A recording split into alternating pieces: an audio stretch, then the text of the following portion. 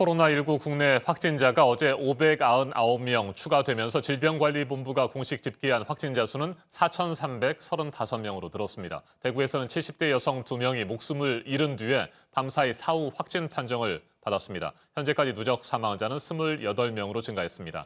천은미 이대 목동병원 호흡기내과 교수 자리에 함께했습니다. 어서 오십시오. 네, 안녕하십니까? 네, 교수님 밤사이 대구에서 사망자 2명이 추가로 확인이 됐는데 70대 여성들입니다. 78세와 79세 여성인데 확진 판정을 이미 목숨을 잃은 뒤에 받았어요. 네. 이건 다시 말하면 제때 바이러스 검사를 받지 못하는 분들이 대구 지역에 아직도 많이 있다는 얘기인 것 같습니다. 네, 맞습니다.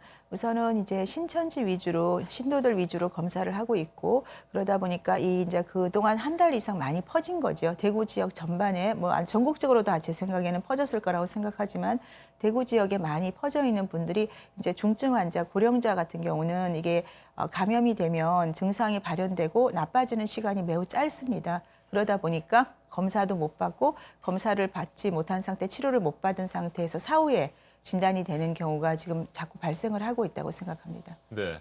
4단계로 환자들을 나누기로 했잖아요. 네네. 경증 환자, 그다음에 중등도, 네. 중증, 최중증 환자 이렇게 되는데 경증 환자가 한 80%가량이 되고요. 네. 나머지 환자들 중에서도 말이죠. 고령이거나 기저질환이 있고 임신부들의 경우에는 그래서 우선적으로 병상을 배정해서 입원시킬 필요가 있는 건 아니겠습니까? 네, 맞습니다. 우선은 경증 환자들께서는 증상이 폐렴으로 가거나 그렇지 않거나가 한 3, 4일 정도면 알 수가 있습니다. 그렇기 때문에 지금 생활치료시설에 입소를 하더라도 대부분은 아마 일주일 전후로 해서 퇴소를 하시거나 거기서 상태가 나빠지면 이제 병동으로 입원을 하는 그런 식으로 되는 거고요.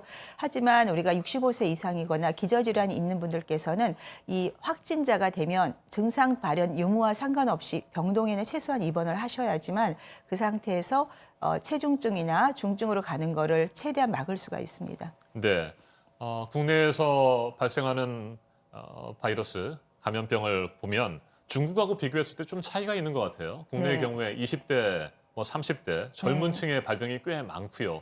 바이러스 전파력도 더 빠른 것 같은데 이건 어떻게 보세요? 우선은 특수성입니다. 신천지 신도 위주로 검사를 하다 보니까 20, 30대가 많이 있는 거고요. 특히 여성들이 신도가 많기 때문에 원래 남성 여성 비율이 6대 4 정도로 중국에도 나오고 네. 초반에 국내도 마찬가지였습니다. 그게 왜 그러냐면 남성들이 훨씬 이 바이러스에 취약합니다. 연구가 돼 있어요. 그래서 그런데 불구하고 국내는 대구를 중심으로 신천지 신도를 중심으로 하다 보니까 여성이 많고 젊은 층이 많게 나오는 거죠. 네. 남성이 취약한 연구 결과가 있었다고 하는데 이건 왜 그렇습니까? 네, 일부 연구긴 한데 네. 이 신종 코로나 바이러스가 코로나가 그 왕관 모양의 스파이크를 가지고 얘기를 하잖아요. 그 스파이크에 있는 단백질이 인간 그 폐포 세포의 수용체에 결합을 해서 감염을 시키는데 그 수용체에 결합하는 결합력이 그러니까 사스보다 100배, 1000배가 높은데 그게 그러니까 아시아 남성에게 유난히 그 폐포가 많다고 합니다. 그래서 감염이 더 잘 된다는 그런 연구 결과가 있고 그렇다면 어린이나 청년들이 좀 감염이 덜 되는 이유가 아직 폐포가 완전히 성장을 안 해서 감염이 덜 되는 건 아닌가. 그런 건 전 개인 그 소견이지만 아까 말씀드린 폐포 숫자가 많아서 감염이 많이 되는 거는 일부 연구로 지금 나와 있습니다. 네.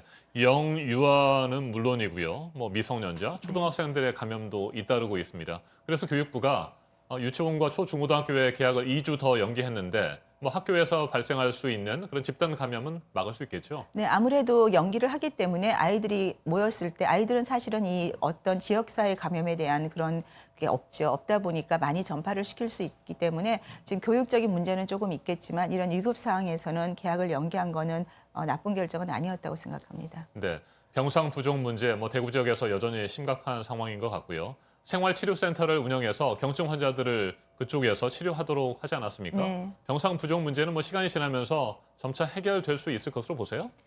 우선은 생활치료시설이 1인실을 하기 때문에 지금 대기 환자가 매우 많습니다. 네. 거기에 다 들어가실 수가 없고요.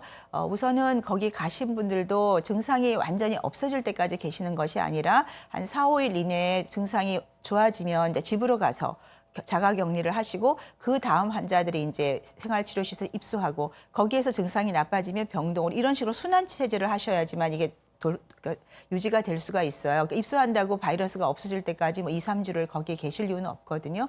그러니까 그렇게 하는데 문제는 대구만의 문제가 아니라 이제 서울이나 경기는 네. 인구 밀집이 많은데 만일에 여기에서 이런 문제가 또 분명히 발생할 확률이 매우 높습니다. 그러면 지금 서울이나 경기는 아직까지 그런 연수원이나 생활치료시설, 그다음에 어떤 병동을 마련할 수 있는 국립병상이 아직 준비가 안 돼 있어요. 지금부터 준비를 해야 되는데 그 점이 조금 아직은 좀 안타깝습니다. 네.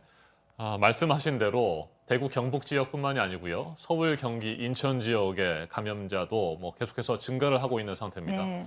대구 경북과 달리 이 수도권에서는 감염 경로가 훨씬 더 다양한 상황 아니겠어요? 네, 맞습니다. 대형 병원에서도 발생을 했고 네. 대형 교회에서도 발생을 했습니다. 대구를 갔다 온 사람이 또 옮기기도 했었고요. 뭐 이런 여러 가지 감염 경로도 있기 때문에 대응이 더 어렵지 않을까 이런 우려도 있거든요. 어떻게 보십니까? 네, 맞습니다. 네. 서울에선 사실 어떤 뭐 경로를 찾을 수가 없죠. 지금은 발생한 환자에 대해서 최우선적으로 치료를 적절히 해서 사망자를 낮추는 것이 지금 치료의 방침이기 때문에 말씀드린 대로 병상이라든지 생활 입소 시설 그런 것을 미리 준비를 해줘야 되고 의료진도 지금 매우 부족하고 많이 지쳐 있습니다. 각 병원마다 기존의 일에다가 이런 뭐 선별 진료소라든지 호흡기 안심 병동을 같이 운영하기 때문에 의료진도 많이 좀 많이 힘들어하는 상태고 그런 상태에서 병상까지 없게 되면 만일에 환자들이 대량 발생하게 되면 처치를 할 수가 없죠. 그래서 그런 점에 대해서 빨리 미리 준비하는 것이 매우 필요합니다. 네, 신천지 대구교회에서 첫 환자가 발생한 이후 이제 뭐 2주 이상이 지나고 있습니다. 네. 뭐 2주 이상 지났기 때문에 잠복기가 끝났고 지금이 굉장히 중요한 분수령이다 뭐 이런 분석도 있습니다만 지난달 16일, 18일 뭐 이 즈음에서 감염된 사람들 말고요. 그 이후에도 계속해서 이게 번졌다고 한다면 네. 사실 지금을 분수령이라고 볼 수 있느냐? 계속해서 번질 확률이 더 높은 것 아니냐? 뭐 이런 해석도 있는데 이건 어떻게 보십니까? 저도 개인적으로 동의합니다. 왜냐하면 그때 발견 당시에 이제 생긴 분들이 지금 나타나고 있지만 그분들이 또 계속 전염을 시켰을 거거든요. 그 이후에도 말이죠. 그렇죠. 계속 전염은 되고 있고 전염력이 높다 보니까 그렇다면 그것은 대구 경북만 지역임에 국한되는 문제가 아닌 거죠. 그래서 지금은 어떤 확진자를 찾는 그런 거보다는 치료 쪽으로 빨리 선회를 완전히 하는 것이 필요하다고 생각합니다. 네, 특히 고령이고 기저질환이 있는 중증 환자들이 네. 완치되고 건강을 회복할 수 있도록 그런 노력을 더 집중해야 되는 네, 상황인 것 맞습니다. 같습니다. 알겠습니다. 여기까지 듣겠습니다. 천은미 이대 목동병원 호흡기내과 교수였습니다. 말씀 잘 들었습니다. 감사합니다.